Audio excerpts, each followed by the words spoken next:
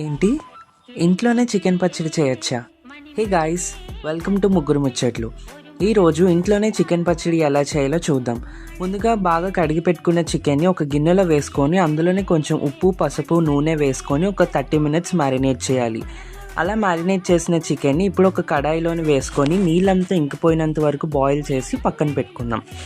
ఇప్పుడు ఒక చిన్న కడాయి తీసుకొని అందులోనే కొంచెం బిర్యానీ స్పైసెస్ రోస్ట్ చేయాలన్నమాట. అది రోస్ట్ అయిన తర్వాత కొంచెం సోంపు, కొన్ని ధనియాలు, కొన్ని మెంతులు, కొన్ని జీలకర్ర, అలాగే 3 టేబుల్ స్పూన్స్ పోపులు కూడా వేసి అవి చిటపటలాడినంత వరకు ఫ్రై చేసుకోవాలి.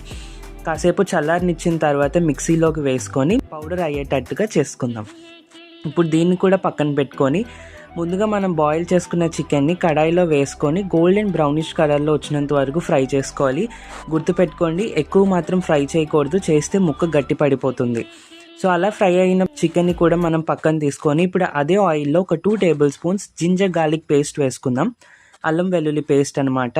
సో అది కొంచెం మీడియం ఫ్లేమ్ మీద ఫ్రై అయిన తర్వాత ముందుగా ఆడపెట్టుకున్న పొడిని, అలాగే కొంచెం కారం, సరిపడా ఉప్పు కూడా వేసుకొని ఒక 1 మినిట్ వరకు కలిపి ఫ్రై అవ్వనివ్వాలి. అవి కూడా ఫ్రై అయిన తర్వాత మనం ముందుగా ఫ్రై చేసి పెట్టుకున్న చికెన్ పీసెస్ని కూడా వేసుకుందాం. అది కూడా వేసుకొని జస్ట్ ఒక 5 మినిట్స్ లో ఫ్లేమ్లోని బాగా మగ్గనివ్వాలి. అది అంతా కొంచెం దగ్గరికి అయినంత వరకు. అది దగ్గరికి అయిన తర్వాత నిమ్మరసం వేసుకొని సర్వ్ చేసుకుంటే రెడీ.